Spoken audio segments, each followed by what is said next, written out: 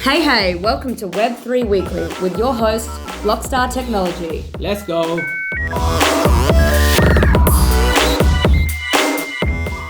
Hi, Twitter Nation and Insta Nation. So we are on our 14th episode, right? 14th week. So today what we're going to do is we're going to talk about centralized exchanges and decentralized exchanges. And we're going to talk about the pros and cons in both sides. And so my name is Kosi. To my left, I have Craig Dickinson and Charlie and Maureen. And today's special guest is Lucas Cullen from DLTX. Lucas, can I pass the mic to you to give a little bit about your background and where you come from? Yeah, sure. Well, thanks for having me on, Kosi. Long-time listener, first-time caller, I think that's what they say. So, yeah, happy to be on it. It's an interesting topic. So, yeah, I guess a bit about me being, I don't like the word space, but being interested in cryptocurrency since 2011 and been running the meetup in Brisbane since 2013. Had a lot of professional gigs, working with a lot of industries and domains, and people like the Monetary Authority did us in Singapore, did some time with Consensus, and started an own agency, DLTX, in 2018, and pretty much done every mistake possible in the space, and here to try and share those experiences and talk about some of the things I've learned, and it's probably good timing with some of this nonsense going on in the world. So I'll throw it back to you, Cozy, and the team. And interested to hear everyone's thoughts on the matter. Yeah. Awesome. Just before we go into it, Lucas, I saw a report come out, a press release come out today from Blockchain Australia.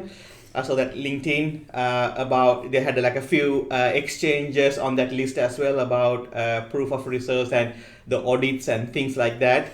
Can you just give a little bit about your involvement with Blockchain Australia as well for the listeners, please?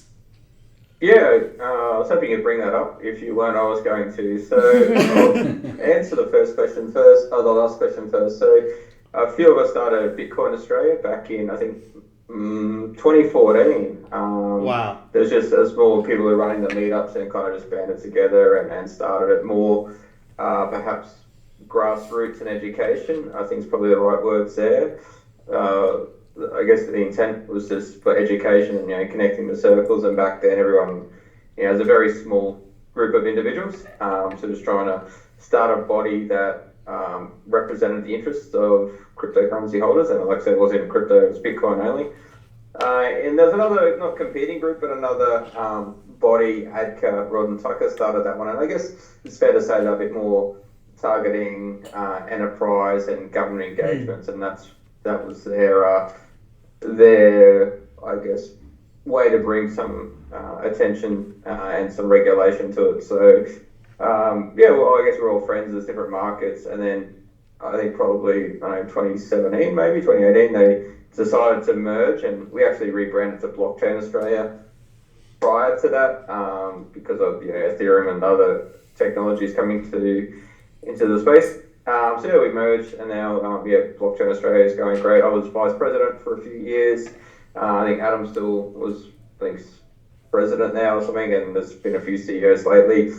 Obviously, Steve Ellis did a really good job, again, really ramping it up. David Jackson before him, so there's been some really good founders, and here we are today, and it's going from strength to strength from what I understand. Yeah. I'll tell you back a bit more about the press release. I think they called it around cryptocurrency exchanges. Yes. I guess why is probably the first question we have to ask, is why they put this report out, and I think we'll probably dive into that a bit more, but unless you've been living under a rock, there's been some pretty significant collapses of recent times, FTX, Celsius, to name a few.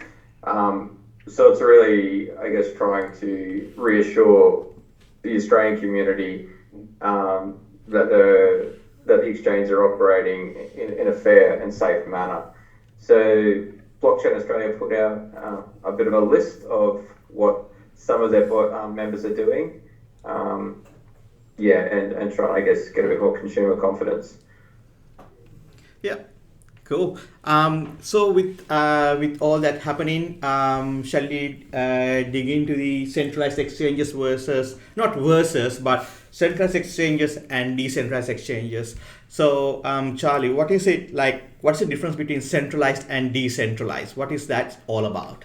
Well, centralized, you put your trust in a third party. They store all your private keys. It comes with ease of trading. If you forget your password, it's email reset. No gas fees because it's run on database level for trading. Where decentralized exchanges, Uniswap really nailed that, I believe, 2019. Mm-hmm. And that's when you just plug in your self-custodial wallet, for example, your MetaMask, and you can trade within liquidity pools that are created by users, which bring in a new paradigm as well that I've seen explode where I believe years ago, Binance, it was about $220,000 US to get your coin listed on there from a rumor that got exposed by a certain coin. And with the decentralized exchange, you create that liquidity pool yourself. So you put your own ETH, your own token, or WETH, and whatever other currencies you want, and you take a percentage in between. So I'd say the decentralized exchange is people coming together, building it together, your self-custodian, because it's all in your MetaMask. You lose your private keys, it's gone. It's a lot more of the Wild West there as well. There's no really audit or anything beforehand. But yeah, I love decentralized exchanges, and everyone just forked Uniswap and created their own. And there's a big difference between using a decentralized exchange and creating your own liquidity pool, mind you. So it's something to be aware of when you were saying, like, you put your own WETH in there and other token. Yeah, there's a whole nother paradigm. It's like having your own wallet as being your own bank. And Lucas, me and Craig have made a few liquidity pools here, and it's like, think it's hard being your own bank? Try being your own stock market, your own stock share exchange, market. Yeah, that's right. Stock exchange, What's your take on that, Lucas? Centralization and the decentralization. What is like if we just break those two words down first before we go into the exchanges for the listeners? Yeah, well, just hearing that, I guess it depends on your audience here. So there's a lot of terminology you've thrown in there. So maybe I'd say let's take a step back. So a centralized exchange is perhaps just a traditional Web2 marketplace, you might want to call it, perhaps an eBay where you're trading currencies. And as Charlie mentioned, there's a bit of a trust in that brand. And how do you form trust in a brand is a conversation to itself. So Blockchain Australia, for one, have tried to regulate or trying to group together these people and have some kind of industry body. But the reality is it's just a website, and anyone can start a website, and there's all different levels of entry and professionalism on who can create a website. And then what will happen is they list these tokens or coins or currencies, like Charlie said, and some may be on there, some may not be. And it's up to the owner or the operator or the company who makes that decision. And like Charlie mentioned, there might be some ways to determine whether your coin is listed, most probably by market share, and it's probably a good smell. But then there's also a few more properties that we need to explore around a centralized exchange. Notwithstanding where it's hosted and stuff, where the data sovereignty is important. Yeah. But also, if if it's backed by a company, then what are the obligations of that company from any business point of view, ABNs, tax reports, those kinds of things. Then there's also the other side of it, because there is a market, is fiat in. So what do those on-ramps look like, and how do consumers deposit funds? And that's always been a sticking point back in the early days, and probably still to these days. A lot of bank accounts will be closed down from the exchanges. I remember Cointree, I think we had 40-something bank accounts from different banks just to rotate around in the event that they close, and they do just keep getting closed and closed. There was always a bit of a cat and mouse game. Now, there's obviously not class actions, but proposing to the regulators that why shouldn't cryptocurrency exchanges be allowed to operate with bank accounts, and is it a monopoly on those accounts? So that's another conversation, but so that's basically where a centralized exchange offers value, because a lot of people have cash and want to get into the space, and there's ways to get on, like I said, through bank transfers, BPay, and now maybe even starting to get towards credit cards. Credit cards are interesting because of chargebacks.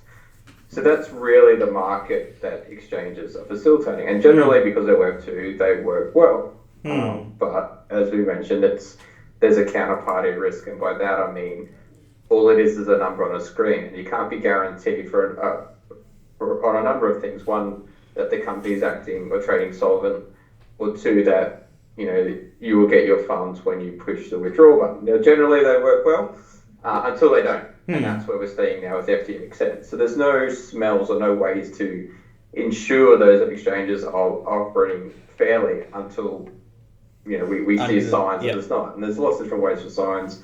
Sometimes it's just fear, sometimes community, sometimes people's funds are stuck. So even, I'm not going to mention names, but even recently just trying to withdraw up to about $20,000 from an Australian exchange who is in the Blockchain Australia group. We've now got emails back from their customer support saying, well, we need to see a bank transfer, a bank record, and all this. And I'm like, well, hang on. It wasn't a problem last month, so why is it a problem now? But maybe we're jumping at shadows because of FTX. Maybe there's a real concern. As a consumer, I don't know. But the reality is I have about $20,000 in someone else's account that would probably be very, very hard to get should that exchange not honour their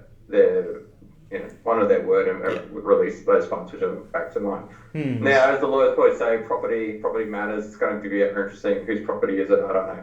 So that's, I guess, a bit of the pros and cons of a more what we call a centralised exchange. So hopefully, I guess that sets a bit of context to it. Yes. And there's all different properties around that, notwithstanding listing and fees and the ease of getting on and off. But I always recommend look for Blockchain Australia-based exchanges and ABNs. Do a bit of due diligence. I always recommend just even firing an email to them. Is someone going to answer your email in the event that something happens? So try and just test the customer support, just like buying anything online, really. And depends, and that level of due diligence should correlate with the amount of risk you're willing to put into it. Now, the other side become, right, as Charlie mentioned, from a decentralized point. So this is where code is the law. It operates on smart contracts, generally on Ethereum, where the logic and that is programmed on. And again, the other people in the room are talking about what they call liquidity pools, a programming way to market make. But like I said, the onus is then on the individual to manage those assets and operate on that exchange how they see fit. But generally, there's no customer support. Like other people said, it's the Wild West. So it's all crypto in, crypto out. There are no fiats. You don't know where these are operated, whether that's a concern or not. So it's consumer has a choice now, and there's pros and cons to both. So there will never be it's not Coke versus Pepsi here. It's about different choices and what's your appetite for risk, and your technical competency is probably a barrier to entry as well. Yeah, and also on that, Lucas, is when we come into markets when they're becoming really popular, bull market, and there's a lot of congestion, when you're on the decentralized exchange, you've got to cover those gas fees, and they can just keep rising and rising over time. At the moment, they're pretty well priced, but coming into when everybody's trying to jump in and use the network all at the same time, you have the trade-off where you're not just trading the database, no gas fee, you're trading on chain. But Lucas, how do you feel like, I don't know if you've used it, but the MetaMask fiat on-ramp that they've got now and a lot of other wallets, I think MetaMask has got MoonPay, Wire, and Apple Pay Transact. now. And Transact as well, Apple yes. Pay. Which, that could bring like a different paradigm into the self-custody as well. Yeah, I've actually seen it. I'd be interested to see how it works, but obviously, as you mentioned, you're still going through a third party there, be it Apple or one of those other companies that mentioned. So there is still an Achilles heel of that if they decide for whatever reason to block that transaction. Then you're still going through a third party. So it'd be interesting to see how that rolls out. I think banks and financial institutions are starting to get more in bed with crypto. They see opportunities there. They see fees there. They see revenue there. So it'd be interesting to see how it plays out. But I haven't actually used one myself. I'm just pretty much crypto in crypto at the moment for any DeFi-based product. Yeah, but good to know anyway. I'd love to check it out. That's a good point because myself, I can't use MoonPay, I can't use Transact, I can't use Ramp as well, and Apple Pay as well. I can't use any of them. It's all blocked. And only you've got too many NFTs. Probably that's what it is. They see everything like, oh no, I don't want to. Your wife has called. That's it, right?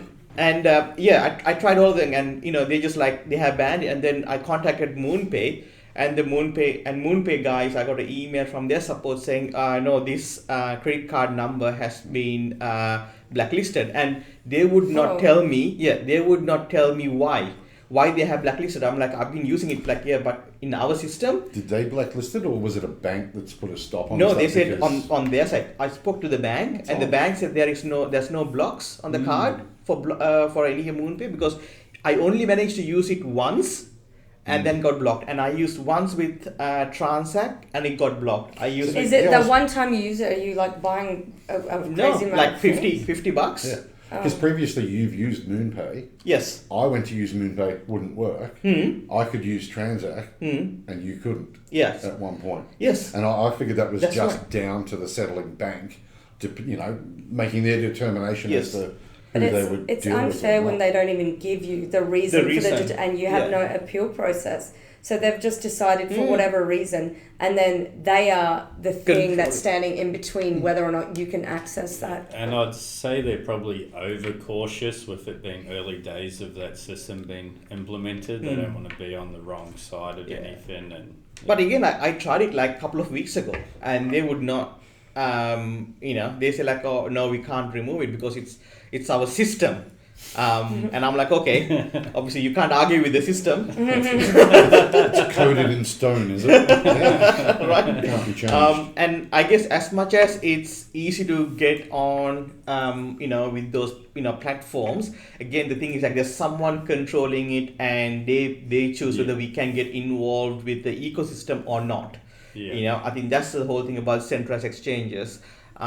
So let's talk about decentralized. Just the other thing before we move on, just like Lucas said, it's also a concern on the ease of getting on versus the difficulty of sometimes getting off. Getting off, because they're always so welcoming to take your money or onboard your money, but then liquidity or just even their determination to withdraw is an issue. What were you saying? No. I was going to say that we call that industry a lobster trap. Yeah. That is exactly. That makes sense. With that, I guess. But regardless of whether you were talking, obviously with a centralised exchange, you'd be paying them the money. So your experience that you were having was for anything that was decentralised, or even just to convert like on-ramp straight into crypto to go and buy an NFT or something of that nature. Yep. But that would be your only option other than a centralised exchange. Centralised exchange. For on-ramping full stop. Yeah, I think so. Sorry, go ahead, Lucas. But before we do move on, because it's decentralised, just while we stay on that point. Of course. Having worked for exchanges, to play devil's advocate and, people in those financial institutions, cryptocurrencies do make a convenient method for criminals. So say you get hold of some kind of cash through some nefarious processes. Once that's converted to crypto, it's very hard to recover or recover or roll back, whatever the right word is there. So like Charlie said, some of these barriers are there for reasons. Working with one of the exchanges, one of the tricks people often do is say, okay, put my new car on Gumtree or whatever, and they say, hey, what I need to do to hold the deposit for the car fee is I need a deposit. Here's $2,000, send me $2,000. That money then goes to an exchange bank account. They convert to crypto. If they go, someone turns up to the vehicle, of course, there's no one there for it. So there are two sides to every story. Yeah. And it's trying to find that middle ground. And like I said, the person then who's liable, in my understanding, would be the exchanges or the banks, the financial institutions who have to repay those persons out under Consumer and Customer Protection Acts. So it's a very interesting space. And I don't think any exchange wants to put down KYC and all these hurdles, but where there's opportunities, there will be people who act and try and abuse the system. So, and just like at school, one person's balls off everyone kind of thing. So, like I said, that needs to be considered. So, I'm on the same camp. These are frustrations, but hopefully we can find ways through it. Yeah, I mean, you just touched base a word there, acronym there, Lucas. I just want to revisit that, which is KYC. Now, when it comes to centralized exchanges, we use thing called KYC, which is know your customer. And I had to say, it is a pain in the backside. Initially, when I did my first one, and it's just like it's not easy at all. And is there anything do we think that there's anything happening in that space with regards to the KYC process? Anything that we see, like how can it get done any easier, or any people working on that space, or because as much as centralized and everything is good, but there's this KYC process. But as when I say normal person, like someone who's coming into this space, for them to do all these steps, not easy. It's not just those hurdles and those barriers to entry. As we touched on before, when it's centralized, you're not only trusting them with your funds, but due to that KYC process, and you may have had to have done this in multiple places, you're then trusting them with that photo of your passport, license, personal details, everything else, and then you've only got to go back to Optus. Well, it's also made all that information so much more valuable. Now, every time they put these hurdles in, to overcome them by providing those licenses, mean anyone that has that stuff becomes a target for people to go and attack, because that's how people that are trying to avoid moving money in cryptocurrencies are doing it, by using fraudulent things. So all this, data loss potentially ends up on the dark market, on the dark web, to get past the protections they've put in. So it's a catch-22. And I can relate to that too, because I remember 2015 going to Coinbase. It's not the company that it is today, well known, and crypto really wasn't well known. And I'd never bought shares before back then, so I didn't know about KYC. And they're like, sign up and deposit $100 and get $10. I'm like, oh, all right. And then you sign up, and then it's like, please hand over your ID. And I'm like, nah. Who are you? And then there was like the equivalent to that was local Bitcoins, where it was peer-to-peer. You could buy and trade with each other, meet up with someone in a dark alley or at a public cafe and swap cash or thing. But now they've gone KYC as well, local Bitcoins. So, Yeah, I hope that was a leading question there, because he said we are actually working on an ID product called idem.com.au, so listeners check it out. But that's probably another whole conversation itself. But there, we're hopefully trying to make headways into trying to take some of that friction off the onboarding process. I think, know your customer is always going to be there, but it's trying to smooth that customer experience over, so everyone wins. So it raises an interesting thing. The fact that governments force that regulation on exchanges, who's actually ensuring that data is actually properly protected? So now every exchange says they have to, by law, obtain all of that data and information on you for KYC, and they're using the law as the forefront to do it because of anti-money laundering laws. Who's actually ensuring that data, once collected, is properly segmented, protected, put away?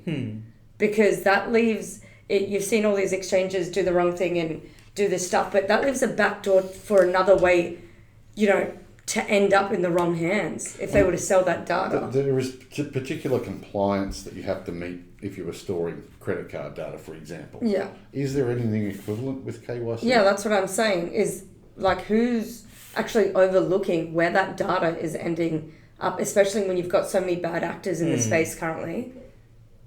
Yeah, well, my understanding is probably no one, but I've been out of the game for a while. But most exchanges just delegate that to a third party anyway, like Green ID, Rapid ID, or ourselves Item to do that. Now, there is probably some data compliance around that, but I guess the good news is I've also worked for banks, and the way they do stuff is terrible. I guess the saving grace here is most exchanges are probably pretty tech-savvy individuals and fast movers, and would have this as a first-class citizen rather than a bank who is slower to move, and those enterprise engagements like Optus, and they're just, they're interesting dynamics to work for. They don't have, they're not tech-savvy, generally not tech-savvy people. Tech's not their go-to thing. There's someone who's doing business that has to have this stuff in there. So like I said, I know some of the exchanges, and then they're brilliant guys, and they move quickly and code, because it's also that security is paramount in these industries because of, like I said, losing crypto, it's hard to recover. So it's always forefront of mind. So, encryption and general standards and practices like that, and data security and sovereignty is first class to these people, not like an Optus who sell phones or whatever they do, I don't know. So there's, I guess, some kind of reassurance there in my opinion, but not to say that is the reassurance. But like I said, most people I know is just delegated out, but it is interesting because, like I said, they do have to potentially keep this. And again, there's no real prescription on this. I think it's all recommendations. They are ALM CTF Act is very ambiguous. It's recommendations and stuff, not what you have to do. So I think this is where people like Blockchain Australia and working with industry, what is the regulations and obligations for these people, and trying to get a bit more guidance on that. And I think you'll find that exchanges just overcompensate for this, just because they don't have strong legal teams, and they're normally quick startups and lean, so they don't have the resources at the start to manage the regulatory or legal obligations, so they just turn it to 11 and say we capture everything. So until there's guidance, it'd be you just need to go fast. They're probably even anticipating the direction regulation is going in, assuming that should it change and they have to gather more information, it's easier to do it all at the beginning rather than retrospectively. And I guess also for that third-party software that's getting used for the KYC, is one of their main jobs is to keep that data secure, because if there was a leak, it would pretty much cripple their business a lot, where people would start going elsewhere. So it's in their best incentives to keep that secure. When you say people, you're referring to be like other software, KYC software businesses, because the end user generally doesn't get a choice as to do their KYC. No. So. Yep. Okay, doke. So I'm sorry, guys. I'm just sending a few. People just asking some questions. We've got a couple of questions. What is AML stands for? Anti-money laundering. Anti-money laundering. So, and the CET stands for counterterrorism, right? Yeah. So, cool. So, on that, so that's about centralized exchanges. So if we jump onto the other pond, which is decentralized exchanges. So this is where all the crypto bros, I guess, hang around in the decentralized exchanges. So I guess with the decentralized exchanges, they are not as easy as like mums and pops getting on, because obviously they need to get held of a digital wallet and also some crypto to get on the decentralized exchanges. So if we talk about that pros and cons, starting from with you, Craig, let's talk about the cons first, and then let's end up with the pros. The cons for decentralized is the barriers to entry, as you just mentioned. Like, I mean, a lot of people have enough trouble getting their head around a wallet, more or less the fiat on-ramping, and then having the appropriate... I could have gone and bought a heap of Bitcoin. I've managed to jump through those first 3 flaming hoops of getting my wallet and everything else. And I go, right, I want to buy that one, and then there doesn't happen to be. Yeah. Wrapped Bitcoin. Well, wrapped Bitcoin in this case, but you know what I mean. Yes. But there doesn't. I'm keeping this simple. Yes, keep it simple, please. But there doesn't happen to be a particular pair for the odd Charlie coin that I want to purchase from Bitcoin, and I've got to move my Bitcoin to something else to then get to where I need to be. So, Yep. they're probably the biggest issues. Yep. And besides the technology itself. On a note to that though, that also happens on centralized exchanges. If you wanted Charlie coin that wasn't on exchange A, B, or C, I've got so many That's the exchanges reason jumping. I was through using that to Yeah. agree, but it could be to the case where you might have, and I'll just go with even if it's ETH or WETH in this case, and you wanted to buy Doge. I might and I'm just using this as an example because you could generally sort this stuff out, but it might have to go from the ETH to SHIB to Doge or something of that nature before you find the trading pairs to get to where you need to be. Yeah. Yep. So Coin Market Cap will help you out with that. If you go to the coin you want and scroll down and click on markets, it'll give you all the exchanges, decentralized exchanges, along with those trading pairs as well. And that then becomes another huge amount of information for somebody just trying to get into this to try and absorb. And I think it comes down to the classic convenience versus anything else, because generally, even though centralized exchanges are a lot easier and user-friendly, decentralized tend to be more secure and you have more control over it because you're not depositing money into a middle man and an account like that, and you've got full control over your own accounts and stuff. It comes back to, and look at last week's podcast, is what I'll say. It's like wallets. Yeah. You know what I mean? Convenience. Custodial, non-custodial, Yep. Convenience versus security. So I would recommend that somebody take on board how much they're doing. Yep. If it's $100 and you're happy to lose $100, then, because it's always a risk, then fine, go through a centralized exchange because it'll be easier. If you've got a whole heap of stuff out there and you don't trust them or you truly believe in decentralized, then go the other way. But it all comes down to its use case. People essentially pay for that as well. Centralized exchanges generally have higher transaction fees, whereas decentralized they tend to. It's not the other way around. Really? Really? Yeah, because they'll trade internally, so you don't get charged those gas fees. Yes. Oh, I thought it was the other way around. I thought decentralized had. Well, they'll less take their own fees. Lucas. cut, but Lucas, tell us. So on fees. Yeah, if you talk about the fees and the transaction fees. transaction fees on the decentralized exchanges. Yeah, well, this is a good point too, because it comes back to the proof of solvency. So back to at the start of the podcast regarding the Blockchain Australia memorandum or press release.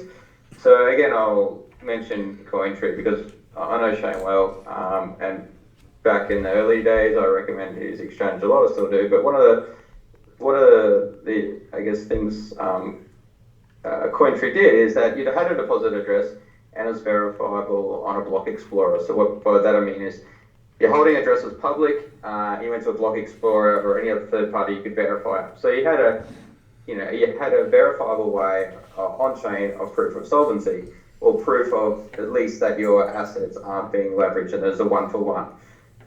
As things progress, it's not economical for an exchange to do that because if I'm buying $5 of Bitcoin backwards and forwards, the mining fees or the fees that these exchanges pay the network operators to run eats into any margin. So then it becomes an interesting position because on one side we want to see proof of solvency, and we have this fantastic technology blockchain where we can see this, but on the other side, when fees are spiking and there's congestion on the network or some other activity, those fees eat into margin and someone has to pay for this. So if we want consumer protection, or we want to see those proof of solvencies, that's the price we have to pay. And generally the consumer doesn't want that. They want cheap and fast trading. So it's ironic that the consumer chooses, but then complains about in the event of a collapse. Not to say that these exchanges shouldn't be held accountable for their actions, but it's trying to find that intermediary, and there are technologies called Merkle treaties that can prove that, and all other things. So fees are just a side effect of that, and these exchanges are in the business of doing business, so they have to take a percentage of that trade and reduce their operational costs like any business. And one way to reduce that operational expense is to have transactions off chain and not pay the network fees. So sometimes you can have a proof of reserve or some kind of liquidity pool that's a hot wallet, cold wallet, solid trading. And these are all the challenges we need to work through as an industry. But I think the first point is having transparency and perhaps some oversight and a bit more due diligence. And like I said at the start, at least having an ABN and a customer support desk is one thing. But yeah, and then I guess to the other point of the decentralized exchanges, there are operational or network fees and as well as exchange fees for that. But those can vary wildly, as other members of the podcast have said. So yeah, fees are I guess business owned. It's everyone's in it to make money, so it's just the cost of doing business. But I guess just like anything, just try and see what fees are fees are charged and act accordingly. Lucas, you made a good point there where you said they have to make money too. What do you think of the fact that some exchanges are essentially acting as banks and taking the people's money and like reinvesting it or leveraging it and doing stuff behind the scenes without their knowledge? Like, what's your opinion on that? Because I'm just finding out all of this happened, and I didn't even think that sort of stuff was happening in crypto because I just didn't stop to realize how it was working. But what are your views on that? Yeah, well, like I said, everyone's in it to make money, and there's right ways and wrong ways to make money. And I've always said, exchanges, it's kind of a race to the bottom. There's probably only so much innovation you can make. So how do you have a more compelling product? And that might be better customer experience, better coins listing, but I guess probably the biggest innovation is less fees, and then that eats into margins, more volume scales. You need more customer support. It's probably not linear. So then how exchanges make money? They're sitting on a whole pile of people's assets. I guess there's a temptation to try and leverage that collateral into other markets or other opportunities, and it's a classic bank run style scenario. It's fine until it's not. Everyone wants to withdraw, and what threshold and what point. So is it fine at 80% and only do 20%? That's fine until it's not. And then if you're using 20% of your users' assets to make money, well, there's going to be a temptation to go to 30 and 40 and 50. And like I said, most of these operators are probably inexperienced, naive individuals. Doesn't mean they're exempt or an excuse. And I think these people should be accountable for their actions, like everyone. So, like I said, there's always temptations, and there is probably grey areas in the law at the moment. What is acceptable and what is what's ethical as well. And I think with these sums of money, I think people are probably losing sight on that. And again, not to make excuses or defend anyone, but I think that would probably be some of the challenges those are facing. Yeah, or even the obligation for the customers to actually know that there's a potential that their money will be used. Like when you apply to a super fund or something, that they're you trust them, or you at least agree to have your money there and have it invested. Managed by someone. But then it's the same for the bank. Like if you put your money in your bank account, and if everyone goes and collects their money out from the bank, now the things like, this is something Charlie always said, like, in the crypto world, that there are so many, things that, with the guys in New York, right? They had to have a license for... it was the most regulated. Like more regulated than the traditional finance market in New York. And then now the banks, when they're in trouble, the government goes and bail them out. But the government can't go buy a whole heap of Bitcoin and Ethereum because the price will just keep on doing. No, it's because they can't print it. They're credit card will get blacklisted. Right. And so there are so many ways, like, if the government is helping, come to play, I think that's where the regulation comes in, and there's like a little bit more transparency from, I guess they don't understand what they don't understand. Yeah. So I think with that, they have banking system been for so many hundreds of years. Government has embedded themselves than crypto exchanges, I would say. And they can't just go out and print their Bitcoin or their Ethereum No, they and can't. hand it back out. But the transparency is very important. Yeah, that's what I was saying, the As I've always transparency. said, with transparency comes accountability. And that's what you need. Yeah. Because wasn't that kind of what happened with FTX? They created their own coin and then used it as collateral to hedge in all this. Was that right? Yeah, from my understanding is FTX seemed to be doing well. They'd done well, and they had Alameda Investments, which was losing money, and they were taking users' funds and sending it in, and they used FTT as collateral, which is their own token, which they controlled most of, and then it just blew up when everybody, as I said, I messaged you that morning going, hey guys, get your funds off. There's some you never know in crypto, but I'm like, there's some rumors. Just take the funds off and wait a month and see how it plays out. And I think the next day, 24 hours, they had stopped withdrawing. So I mean, like now if we talk about the pros of being centralized, decentralized. The pros of being decentralized. Charlie. Pros of being decentralized, there's no KYC from that side. You can just go connect your wallet and start trading. You get a lot of, it's sort of like, you had the ICOs where you do that, where now people actually put in their money in and creating liquidity pools, so you can be an early adopter. Like in this last bull run, I didn't buy any because my gas fee was like, wanted to buy $200 of SHIB US, and my gas fee was like $150 to get in and buy it. And I went, it might not list on 12 exchanges, but if you got in on the decentralized market, you actually forefronted that next level of being on centralized exchanges. So. Off to you, Lucas. The pros of being decentralized exchange. Yeah, I guess there's a couple of things here, and it's sort of tailing off what we just finished up on. Yeah. It's innovation, I think, is the key here. So when I worked with one of the banks too, like banks sometimes want to innovate too, and we wrote this project out, and I think we got to a burn of about $70 million, and then APRA, which is the Australian prudence and regulation or something, who basically oversights all this industry in the banking. Put a stop on it for whatever reasons.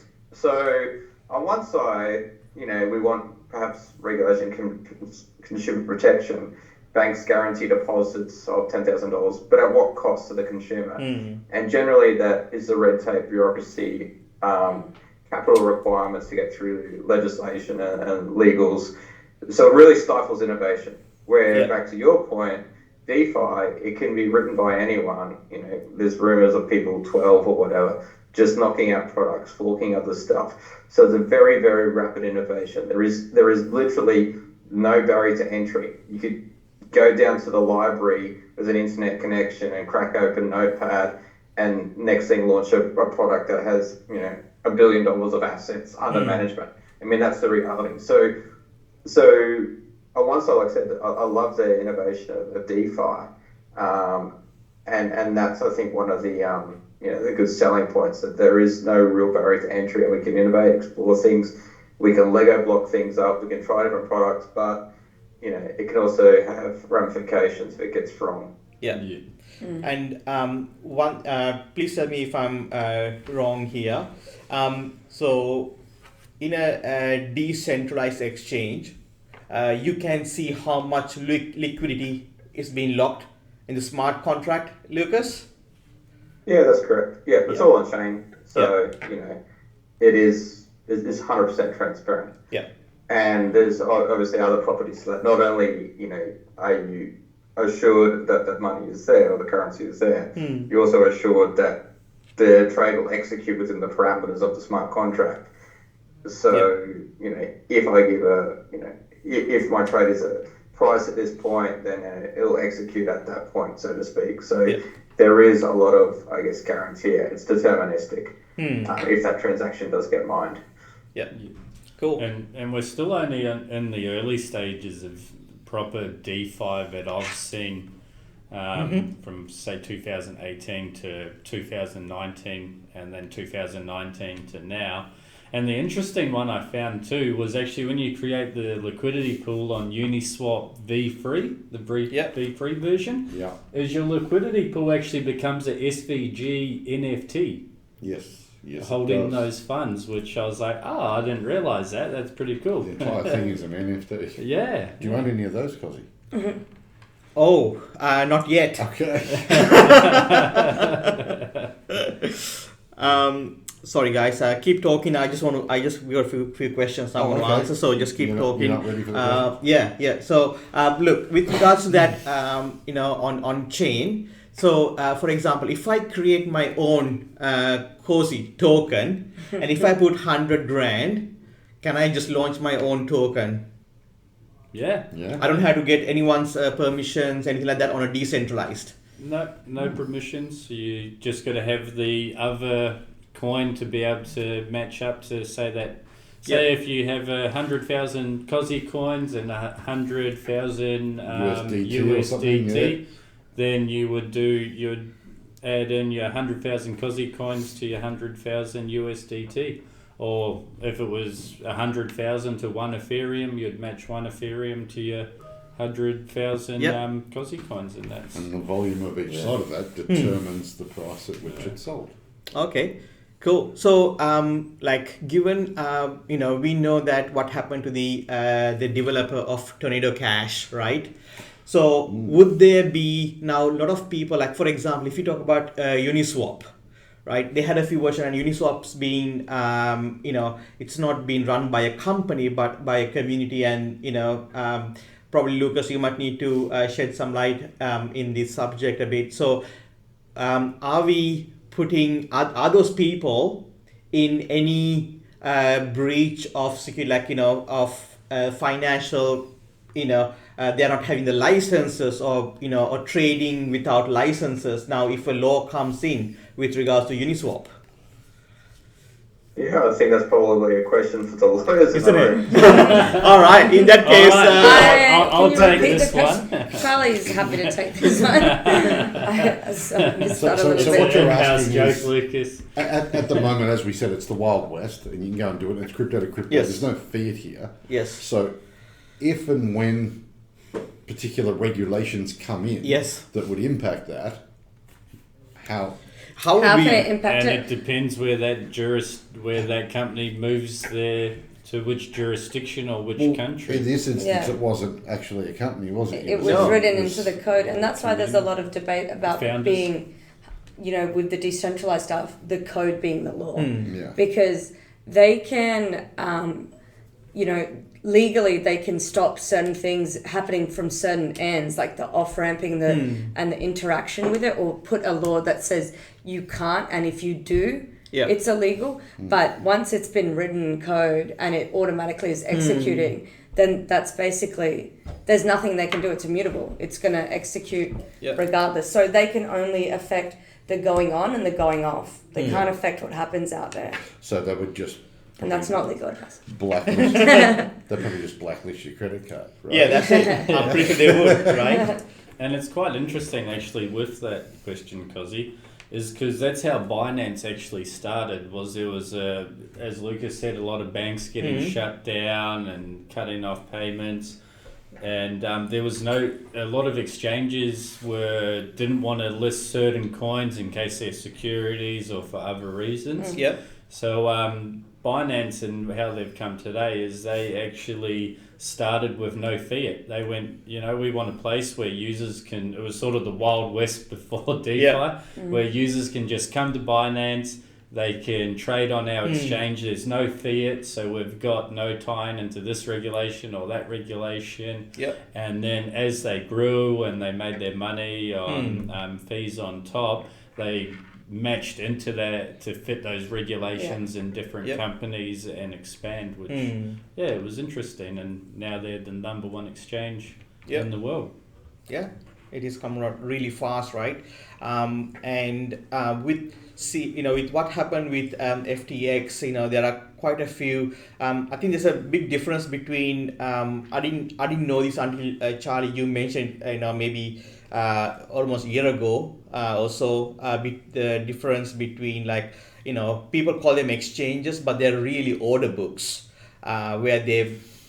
If you want to shed some light on that. Brokerages, yeah. So that's an interesting one with proof of reserves and how they've set up as well. There's a lot of them, very well known one in Australia. I remember looking through Etherscan and going, why is my deposit into my MetaMask come from Bittrex? And then worked out they've got API calls into, say, the main exchanges that have all the liquidity to provide their customers. And say you can buy Ethereum or Bitcoin for $100. They'll charge you $110 to buy it, and then if you're selling it, you can sell it for $90, for instance. So it's just they use the liquidity from the main exchange, and they have the API calls for their front end for you to call with.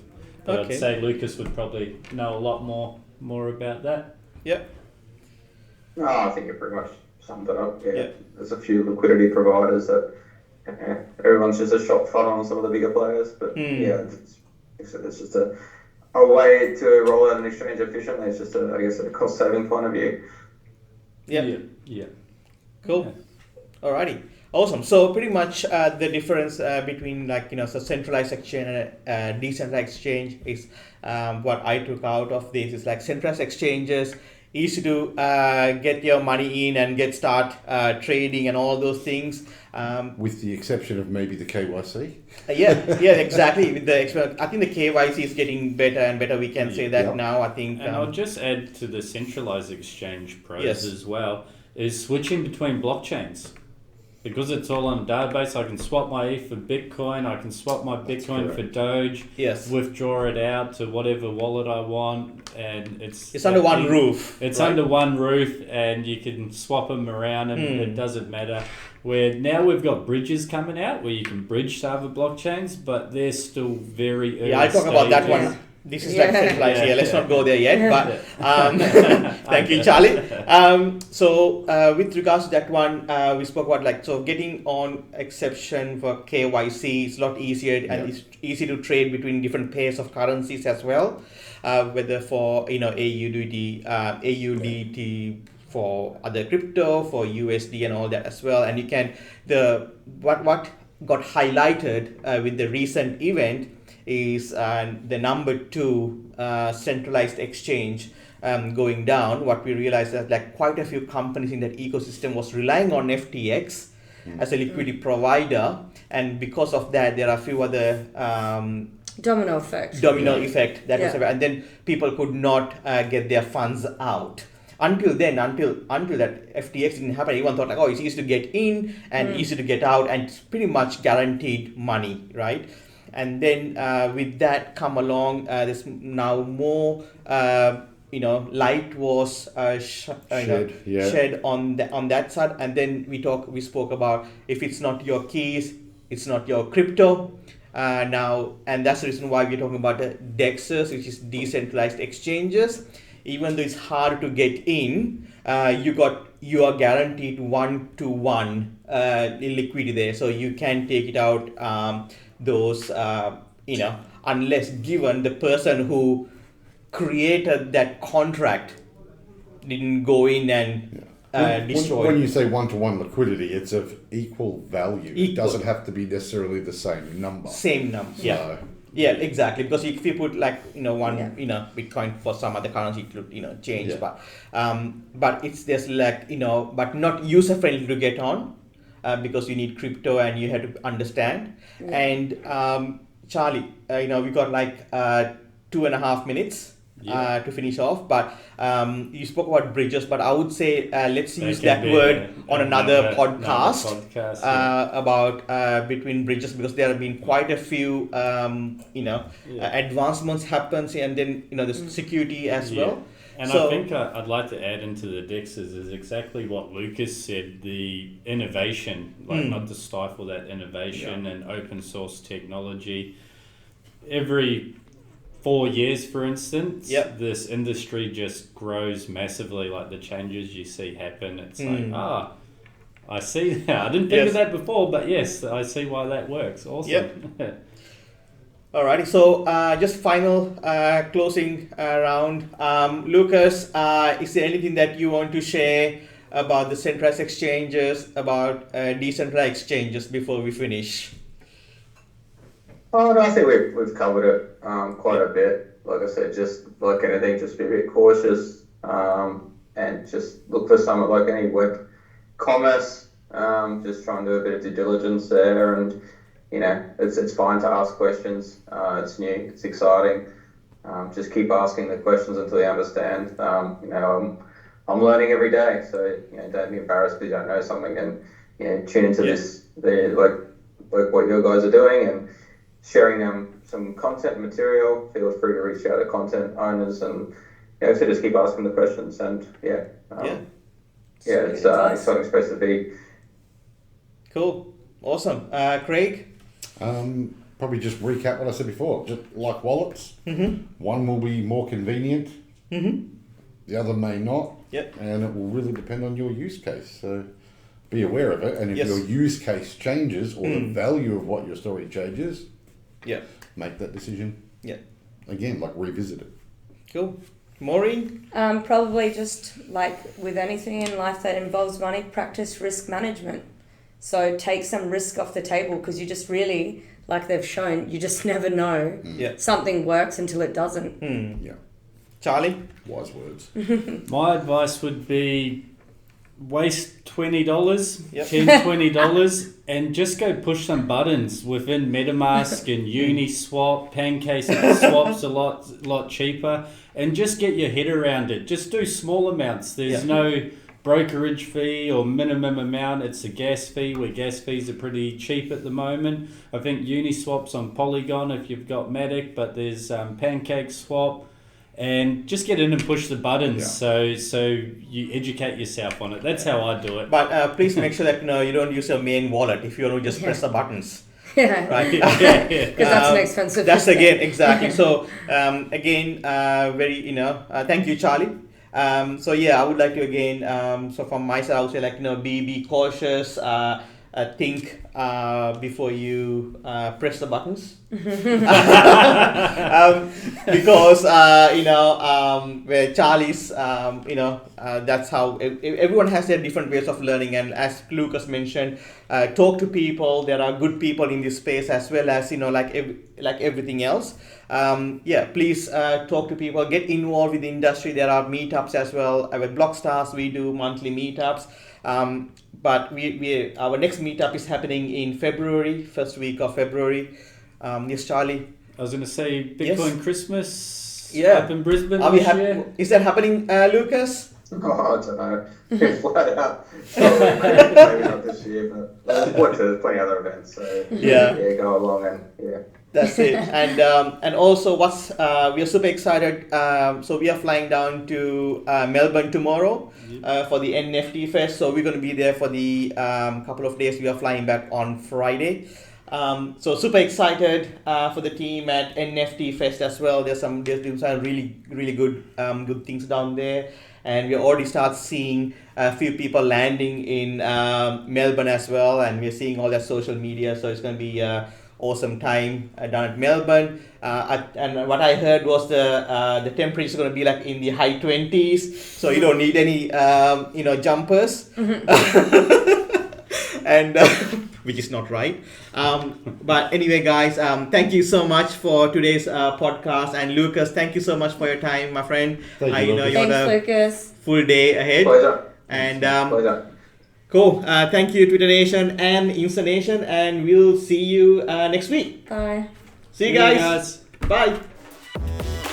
Thanks for tuning in. We'll see you next week. Same time, same place. Subscribe.